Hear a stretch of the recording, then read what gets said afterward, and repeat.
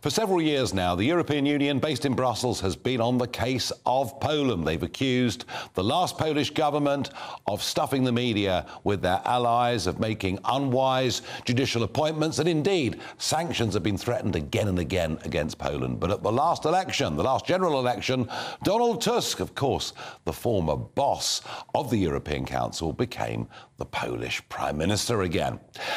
And it didn't take very long for police armed with truncheons to raid state media. TVP is the TV station, Polskie Radio is the radio station. There was also a news agency, and literally on the most watched TV station in Poland, the cameras literally went blank.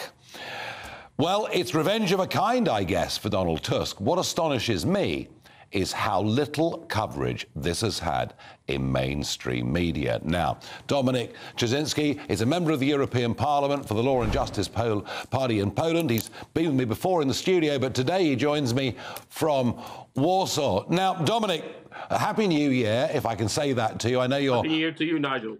I know you're not in the best of moods about what's going on. No, sorry, I am not. I'd like to celebrate New Year, but there is nothing to celebrate in Poland. I am in the Polish parliament at the moment. I'd love to be with my friends, with my family, but there is nothing to celebrate. We have to protest. We have to react. We have to shout and scream about what is going on in beautiful, safe, so far, Poland. You see, you are the only one who contacted me to discuss this crisis, this rape, and I'm using word rape because this is rape on freedom, and we are not a banana republic. No one would expect that in this beautiful European Union, full of beautiful words about freedom of speech, about democracy, about the rule of law, and the rest of it, Donald Tusk, a golden child of this Brussels elites, would do what he did, and this is unspeakable.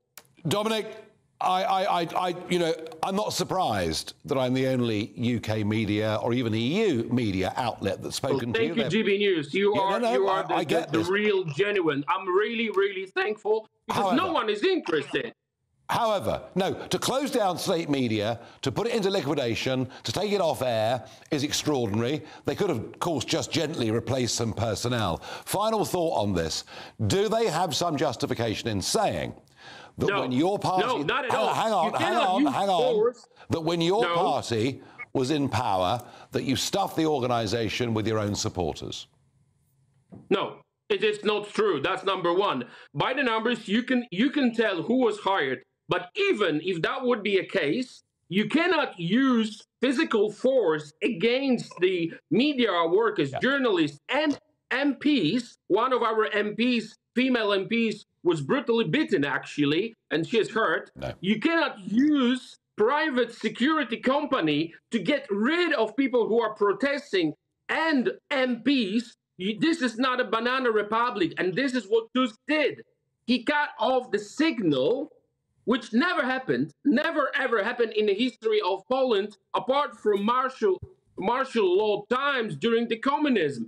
He behaves like a communist. Actually, Dominik, you say that Poland is not a banana republic, but the way Tusk has behaved in the last couple of days makes me seriously question that. Thank you for coming on. This makes our country look like a banana republic, actually, and we will, because he's the banana king.